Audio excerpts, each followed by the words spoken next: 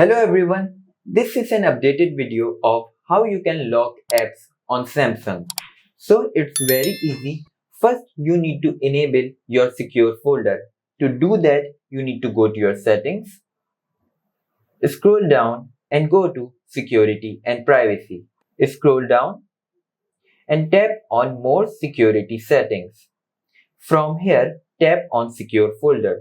After enabling your secure folder, go back and go to secure folder. Now here tap on this plus icon and add the app which you want to lock. Let's say I want to lock my Call of Duty game. Then tap on add. Now as you can see, the Call of Duty is added on secure folder, but I want it on my home screen. Simply press it and tap on add to home screen.